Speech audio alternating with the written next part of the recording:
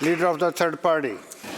Thank you, Honourable Speaker. 2 days ago, we heard in the throne speech, quote, people who work hard and play by the rules need someone on their side.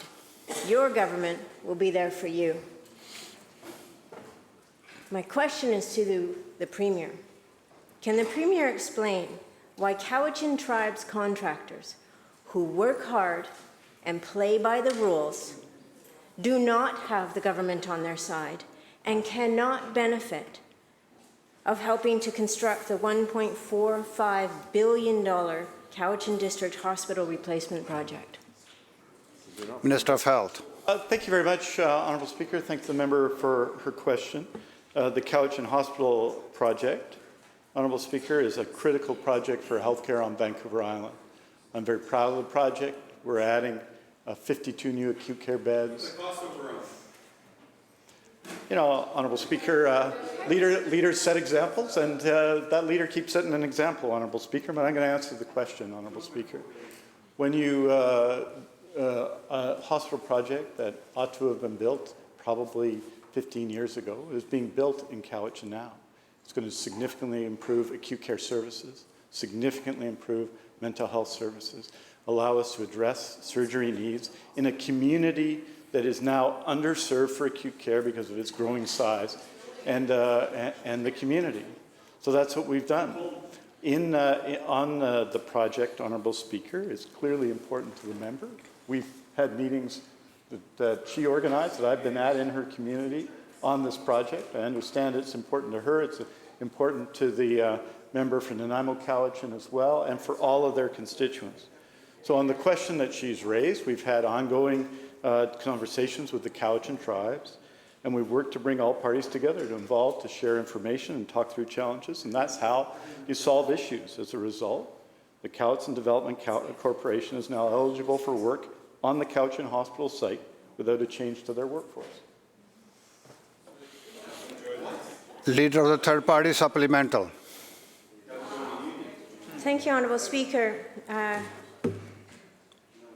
It's fascinating to me. We have Jon Coleman in the gallery right now of Jon Co. Contracting, who has not been allowed to work on this site, a member of Cowichan Tribes, a man who has for 30 years mentored Indigenous people in the trades, and who in October had the job at the site of clearing the land, and then was told he would not be given any further permits to work at the site, and that he and Khowutzun Development Corporation are not part of the specified unions identified in the somewhat ironically named Community Benefits Agreement.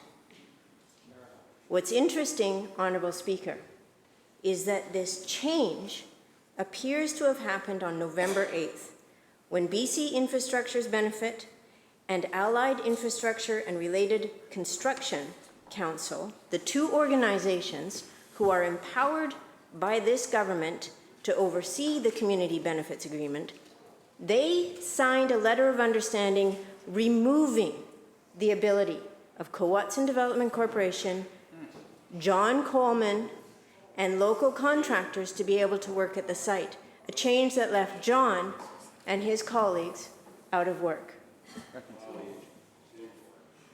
Let's quote directly from the Community Benefits Agreement, quote, to ensure that individuals, communities, and businesses in the local area have full and fair opportunity to participate in the benefits of the project.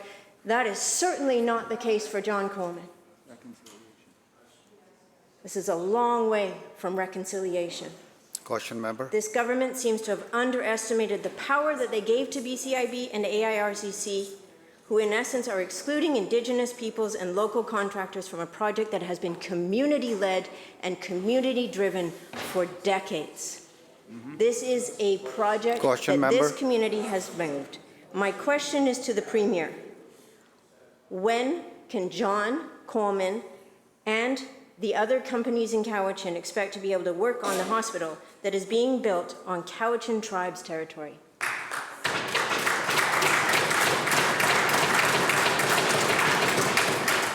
Minister of Health. Honourable Speaker answered the question. They're now eligible, and they'll now be working on the project. But I think that what I would say about this important project is I agree. This is a project that people in Cowichan have fought hard for, believe in. Our MLAs does. I know the MLA does. The community does. The site has been developed with local communities and local First Nations. We've worked together to bring everybody together to succeed in that. The result of that is that all of the community benefits agreements that the member referred to in the way that she did, all of them are living within 100 kilometers of the site. 25% are Indigenous. The average on such a site would normally be 6%. Those are real successes out of a process that was designed to promote local hire and community involvement. But as I said in answer to the first question, because I think it's what you wanted to know, the answer was when, the answer is now. They're now eligible.